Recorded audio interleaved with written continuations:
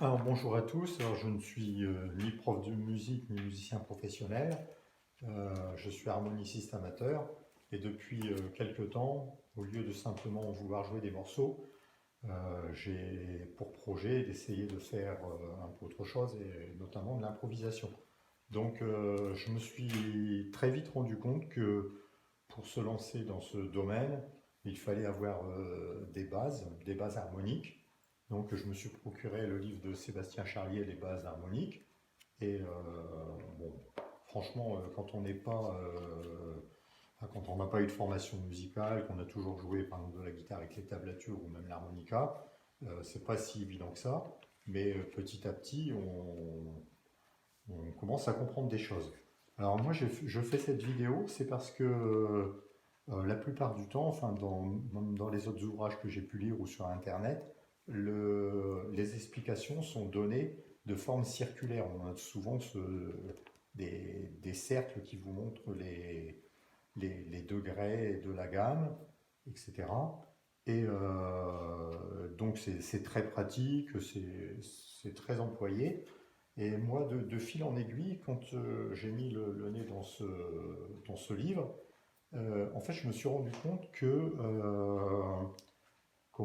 d'avoir une autre interprétation, c'est-à-dire une interprétation de forme plutôt linéaire, ça m'a aidé à comprendre. Alors c'est beaucoup moins pratique, ça je l'avoue, mais je pense que dans la phase d'apprentissage, ça m'a aidé à comprendre certaines choses que j'avais fini par comprendre sur la méthode circulaire, mais plus difficilement.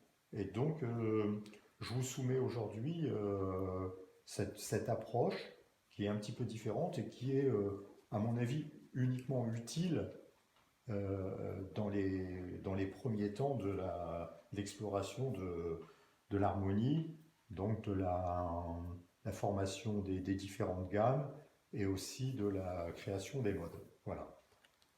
Alors, donc voilà, en fait l'objectif de cette vidéo, ça va être d'essayer de comprendre comment on forme les gammes, c'est-à-dire les notes qui les composent, mais aussi de comprendre pourquoi on parle assez souvent de modes, de différents modes, qui est une notion assez abstraite pour quelqu'un qui n'y connaît pas grand-chose.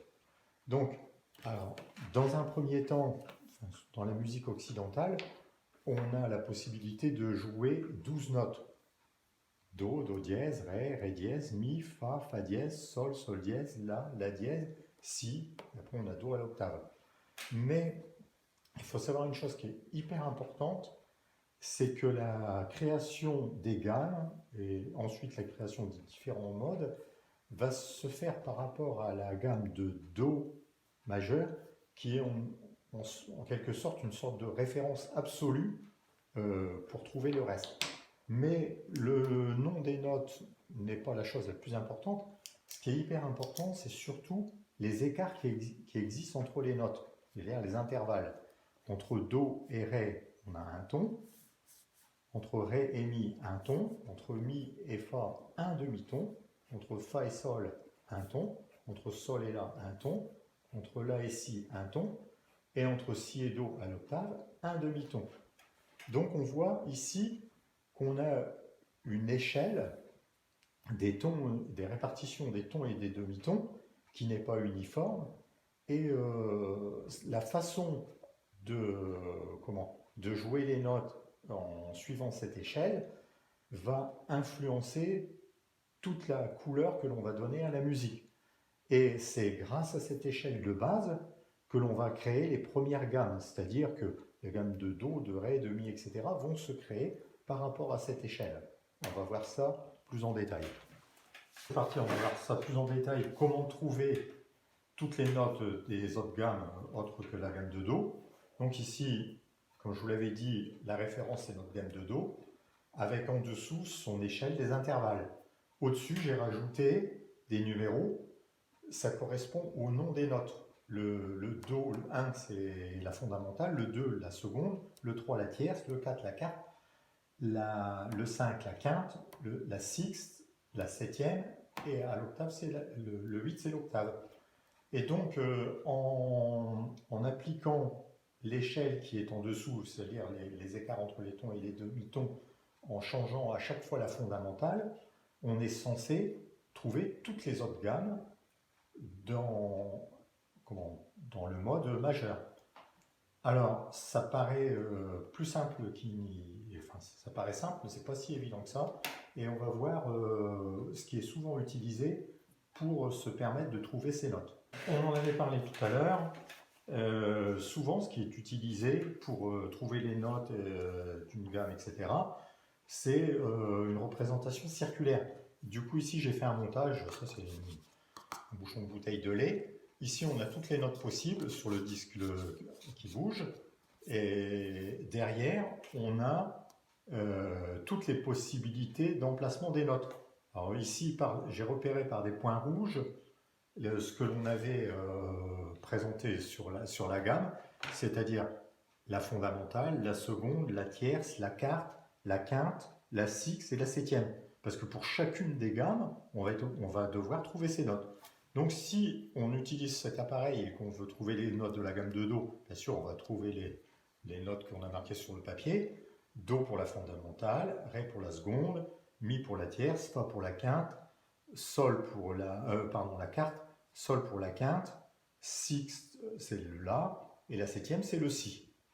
En revanche, si on veut une autre gamme, eh bien, il suffit de changer de fondamentale, c'est-à-dire que je mets le Ré en face de la fondamentale, et en suivant les points, on va voir les autres notes les notes de la gamme de Ré. Donc Ré, bien sûr, la fondamentale.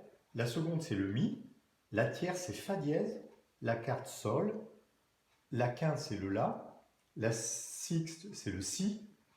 Et la septième, c'est le Do dièse. Donc là, on voit qu'apparaît un Fa dièse et un Do dièse, qui diffèrent de la gamme de Do majeur. Là, c'est la gamme de Ré majeur. Et pour chacune des gammes, on va pouvoir utiliser cet appareil en modifiant la fondamentale de départ. Alors, comme je vous l'avais dit, ce système est très pratique, il permet de faire beaucoup de choses, mais personnellement, j'ai trouvé que dans la phase d'apprentissage, l'utilisation d'une forme linéaire permet peut-être de mieux comprendre l'histoire des échelles de notes.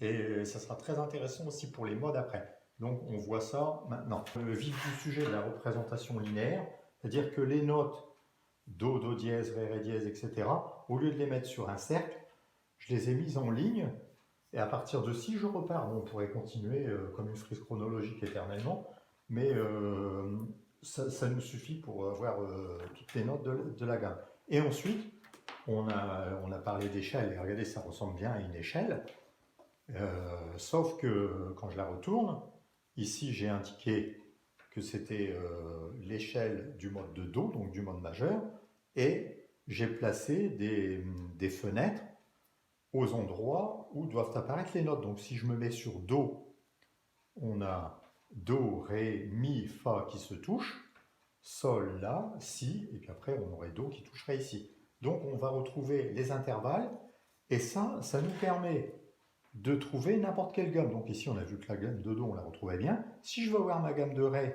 comme on a fait sur le cercle, on voit bien qu'on a quasiment les mêmes notes que la gamme de Do, sauf qu'on a Fa dièse et Do dièse en plus. Si je prends par exemple la gamme de Mi, je mets mon 1, c'est-à-dire la fondamentale, sur le Mi, et je vois apparaître, je les ai mis en fluo les altérations, Fa dièse, Sol dièse, Do dièse et Ré dièse, en plus. Donc on a Mi, Fa dièse, Sol dièse, La, Si, Do dièse, Ré dièse. Et on va trouver n'importe quelle gamme. Par exemple, la gamme de Sol qui est bien connue pour n'avoir qu'une note de différence avec la gamme de Do, on trouve bien que la note différente c'est le Fa dièse. Voilà.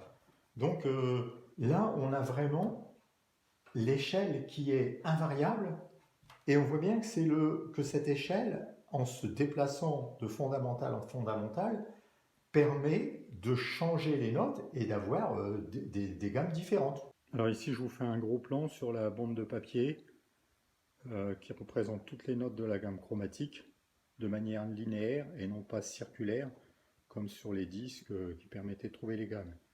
Et on voit que 2 octaves suffisent. Avec les 2 octaves, on arrive à trouver toutes les notes des gammes et des modes. Voilà. Je vous fais un gros plan parce que c'est pas évident de le voir sur la table de manipulation. Alors voici un gros plan sur une des échelles de mode. Donc ici c'est le mode de Do, mode majeur. On a donc le nom du mode au départ, c'est le mode ionien. En dessous, on a les numéros des notes. Le 1, c'est la fondamentale, la seconde, la tierce, la quarte, la quinte, la sixte et la septième. Et lorsqu'on a deux petites fenêtres séparées par quelque chose, ce sont deux notes espacées d'un demi-ton. Et lorsqu'on a une grande fenêtre, ce sont deux notes qui sont collées, donc il n'y a pas de demi-ton entre deux, soit mi et fa, soit si et do. Voilà. Alors ici, je vous fais un gros plan pour vraiment voir en détail comment on déplace l'échelle d'un mode sur la bande des notes chromatiques de la gamme, quand on cherche une gamme. Donc sur l'échelle, on voit qu'il y a le numéro 1 qui représente la fondamentale. Donc on va placer ce 1, cette fondamentale, sur la fondamentale de la gamme que l'on cherche. C'est-à-dire que si je cherche la gamme de Do, je mets le 1 sur Do, et on va voir Do, Ré, Mi, Fa, Sol, La, Si, Do. Et on voit bien que dans la fenêtre large, Mi et Fa sont l'un à côté de l'autre. Et à chaque fois qu'on va vouloir avoir une gamme, il suffit de placer le 1 sur sa fondamentale. Par exemple, je veux la gamme de Mi, je me place sur Mi avec ma fondamentale, et je n'ai plus qu'à lire dans les fenêtres les différentes notes de la gamme. Et on voit bien que la fenêtre large, elle représente deux notes qui sont contiguës, Sol dièse et La, et ainsi de suite. Alors maintenant, nous allons aborder le sujet un peu particulier des modes, de savoir exactement ce qu'est un mode. Et dans ce cas présent, ça c'est une chose que j'ai remarqué, la représentation linéaire avec les notes mises sur une bande en longueur de cette manière plutôt que de façon circulaire, et l'utilisation des échelles d'intervalles m'a permis de beaucoup mieux comprendre, enfin carrément comprendre ce qu'était un mode et son utilité. Alors que dans tout ce que j'avais pu lire avant, ça restait flou. Et à partir du moment où j'ai commencé à percevoir ça d'une manière linéaire, tout s'est éclairci. Donc ça, je tenais quand même à vous le dire, et en espérant que ce soit la même chose pour vous, si vous êtes dans le cas où cette histoire de mode, ça reste quand même assez obscur. Alors maintenant, nous allons voir comment créer l'échelle d'un autre mode. C'est-à-dire que là, on a l'échelle du mode ionien, du mode majeur de Do. On va voir par exemple comment créer l'échelle du mode de Ré, qui s'appelle le Ré dorien. Alors on part toujours de notre référence absolue, c'est la gamme de Do. Do, Ré, Mi, Fa, Sol, La, Si et Do à l'octave. Mais au lieu de partir de Do, cette fois-ci on va partir de Ré, en gardant les mêmes notes. Ré, Mi, Fa, Sol, La, Si, Do et Ré à l'octave. Alors vous allez me dire, mais qu'est-ce que ça change? Ce sont exactement les mêmes notes, sauf qu'elles ne sont pas dans le même ordre. En fait, ça change tout, puisque ce qui est important de comprendre, c'est qu'en plaçant les notes de cette manière, on vient de créer une autre échelle. On va voir pourquoi. Entre Ré et Mi, il y a un ton. Entre Mi et Fa, un demi. Entre Fa et Sol, un ton. Entre Sol et La, un ton. Entre La et Si, un ton. Entre Si et Do, un demi-ton. Et entre Do et Ré, un ton. Donc l'échelle n'est plus la même que dans le mode de Do. En fait, on est parti des mêmes notes, mais on vient de créer une échelle différente. Donc on va voir ce que ça donne quand on passe sur notre application avec le montage. Alors, maintenant, deuxième étape. Donc on va mettre en pratique ce qu'on vient d'expliquer, c'est-à-dire en créant l'échelle physique, c'est-à-dire en vrai, de la gamme de Ré, enfin du mode de Ré plutôt. Et donc, j'ai prévu un gabarit qui est exactement le même que celui du mode de Do, et sur lequel je vais créer l'échelle du mode de Ré. Donc, on va se placer la première note en face du Ré, et on va repérer les notes Ré, Mi, Fa, Sol, La, Si, Do sur cette échelle. Donc, Ré, Mi, Fa, Sol, La, Si et Do. Mais si on compare les deux échelles, on voit bien que les tons et les demi-tons ne se trouvent pas au même endroit. C'est-à-dire qu'on vient de changer l'échelle, ce qui va tout changer au niveau des gammes. C'est-à-dire que lorsqu'on va jouer des gammes en mode de Ré dorien, ça n'aura pas la même couleur que la gamme en Do ionien. Donc ce que l'on va faire, on va éviter les endroits où les notes se trouvent, et ça va nous permettre de retrouver toutes les notes des gammes en Ré dorien. On va faire ça. Donc voilà, c'est terminé. J'ai évidé les emplacements des notes Ré, Mi, Fa, Sol, La, Si, Do, et ça me donne l'échelle de Ré dorien. Donc si je la compare à l'échelle du mode de Do, on voit bien que les emplacements des intervalles ne se trouvent pas au même endroit. On a créé une nouvelle échelle. Donc, si on place cette nouvelle échelle du mode de Ré, la fondamentale sur la note Ré, on retrouve bien Ré, Mi, Fa, Sol, La, Si, Do, donc les notes de la gamme de Do sans altération. On pourrait se demander quel est l'intérêt. L'intérêt, c'est quand on va déplacer cette échelle sur des notes différentes. C'est-à-dire, par exemple, si au lieu de jouer la gamme de Ré, qui a les mêmes notes que la gamme de Do, en fait, si on se place en Do, donc on va jouer la gamme de Do, mais cette fois-ci en mode dorien et non plus en mode ionien, c'est-à-dire avec la nouvelle échelle qu'on a créée. Et bien on s'aperçoit qu'on n'a plus les notes de la gamme de Do habituelle, on a Do, Ré, Ré dièse, Fa, Sol, La, La dièse. Bon, la plupart du temps, on dit plutôt Mi bémol et Si bémol. Et là, sur mon ordinateur, j'ai un tableau qui me donne toutes les notes du mode mineur dorien, donc ce mode-là. Et si je regarde la gamme de Do, je retrouve bien les notes qui sont ici. Donc, systématiquement, quand je vais me déplacer, par exemple, si je veux jouer en Mi dorien, je vais avoir Mi, Fa dièse, Sol, La, Si, Do dièse et Ré. Donc si je regarde ici en Mi, je retrouve bien ces notes-là.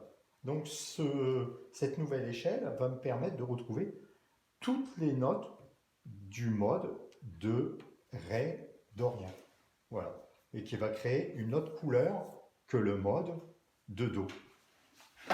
Alors ici, on a à nouveau un gros plan sur deux échelles de mode. Ici, le mode de Do et le mode de Ré. Alors ça, c'est pour vous montrer que dans le même gabarit, c'est-à-dire exactement la même dimension, eh bien, les deux modes n'ont pas la même répartition des tons et des demi-tons. Voilà. Ça se voit mieux sur un gros plan, toujours pareil, ça se voit pas trop quand je l'ai fait sur la table. Alors, donc, on a créé au départ l'échelle du mode de Do, le mode ionien. Donc là, on vient de créer l'échelle du mode de Ré, le mode dorien, qui donne une autre coloration aux gammes. Ici, sous les yeux, j'ai un livre, Les bases de l'harmonie, par Sébastien Charlier, qui me dit qu'il existe plusieurs modes. Donc je les ai notés ici en plus gros que vous les voyez. Le mode de Do, on en a parlé, le mode ionien, le mode de Ré dorien, le mode de Mi phrygien, le mode de Fa lydien, le mode de Sol, on l'appelle mixolydien, le mode de La éolien et le mode de Si locrien.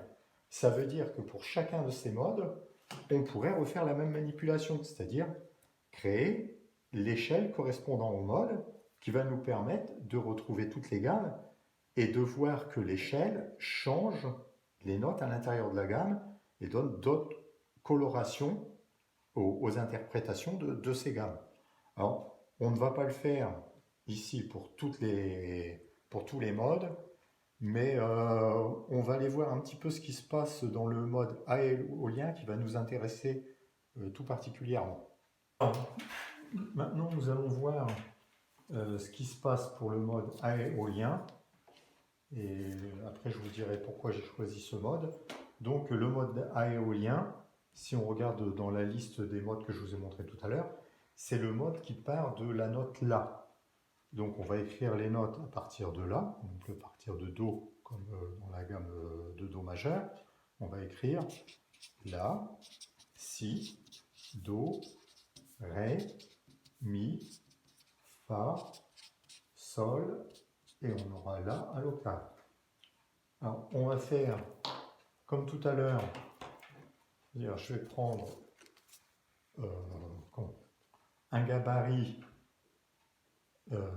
au même format, et cette fois-ci, je vais me placer en partant de la note La.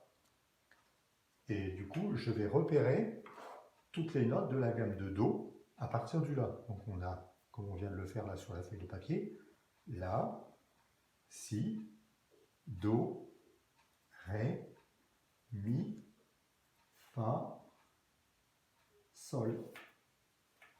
Et donc, on peut d'ores et déjà voir que les intervalles ne vont pas se retrouver au même endroit que les deux modes précédents. On va ouvrir les fenêtres à l'endroit où on a fait les repères des notes pour voir ça tout de suite. Alors voilà, c'est fait. J'ai ouvert les fenêtres à l'endroit où on avait fait les repères du mode aérolien. Et donc, on peut comparer avec l'échelle du mode ionien, du mode de Do. On voit bien que c'est différent. Et du mode de Ré qu'on avait fait tout à l'heure, l'échelle est différente aussi. Donc si on se place sur la ligne des différentes notes possibles et qu'on se met sur le La, parce qu'on est dans le mode de La, bien sûr, on retrouve toutes les notes de la gamme de Do, sans altération. La, Si, Do, Ré, Mi, Fa, Sol. Donc encore une fois, on pourrait se poser la question, quel est l'intérêt de faire ça? Mais l'intérêt, c'est toujours le même, c'est en partant de là, on a une répartition des tons et des demi-tons qui est complètement différente, donc on a créé une nouvelle échelle. Et cette nouvelle échelle, quand on va les déplacer sur des autres notes comme fondamentales, on va avoir des gammes différentes. Par exemple, si on se met sur Do, comme on avait fait tout à l'heure, eh bien, on va voir le Do, bien sûr, mais après on va voir Ré, Ré dièse, Fa, Sol, Sol dièse et La dièse. C'est-à-dire que des notes complètement différentes de la gamme de Do majeur de départ, qui n'a aucune altération, des notes différentes de la gamme de Do quand on joue dans le mode de Ré, et aussi des notes qui seront différentes de tous les autres modes. C'est-à-dire qu'à chaque fois qu'on crée un mode, enfin qu'on cherche un mode, on change l'échelle de répartition des tons et des demi-tons, ce qui fait que lorsqu'on va jouer des morceaux, on va avoir des couleurs différentes dans la façon d'interpréter les gammes. Alors, tout à l'heure, je vous avais dit que je vous expliquerais pourquoi j'ai choisi en priorité le mode de La, donc le mode aérolien, plutôt que de faire le phrygien ou le lydien ou mixolydien. Pourquoi je suis passé directement à celui-ci dans les explications?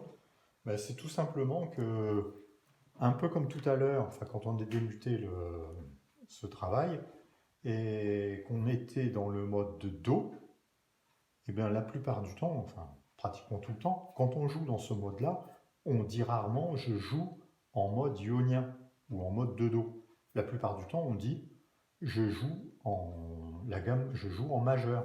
Par exemple, si quelqu'un est en train de jouer un morceau en sol majeur, il vous dit je suis en sol majeur. Il ne vous dit pas je joue sol en mode de Do ou je joue sol en mode ionien. Il dit simplement je joue en sol majeur. Et du coup, pourquoi avoir choisi le mode de La? Eh bien, quand on est en mode aérolien, en mode de La, en fait, c'est un peu pareil que pour le mode majeur.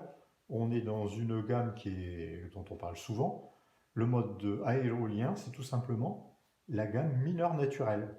C'est-à-dire que quelqu'un qui joue par exemple, s'il joue Do dans le mode aéolien, il vous dit je joue Do mineur, il ne vous dit pas je joue Do aéolien. Donc en fait c'est la même appellation pour... non, pardon, c'est différentes appellations pour la même chose. C'est aéolien, ça veut dire exactement la même chose que mode mineur naturel ou simplement je joue en mineur naturel. Voilà. Donc voilà, nous arrivons à la conclusion de cette vidéo. Alors ici sur un présentoir bricolé en carton, j'ai mis toutes les échelles des différents modes.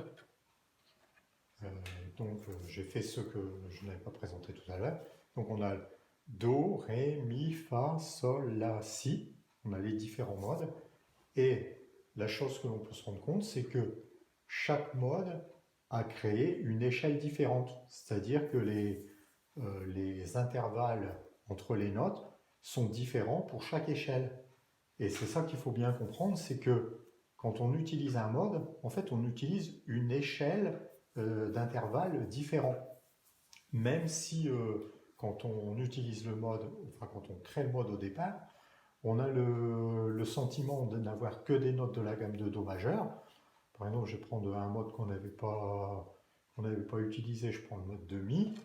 Donc je vais me placer sur la fondamentale sur Mi. On n'a que des notes de la gamme de Do majeur. Mi, Fa, Sol, La, Si, Do et Ré. Mais en revanche, l'échelle étant différente de toutes les échelles, lorsque je cherche une autre gamme dans ce mode-là, donc dans le mode de Mi, le mode phrygien, si par exemple je cherche la gamme de Ré dans le mode phrygien, là je m'aperçois que j'ai Ré, Ré dièse, Fa, Sol, La dièse et Do. Donc je n'ai pas les mêmes notes que dans les autres modes, ni dans le mode majeur, ni dans le mode mineur. Donc il y a une spécificité de chaque mode, et c'est ce qui fait que lorsqu'on les utilise, on a des couleurs différentes en fonction des gammes utilisées dans chaque mode.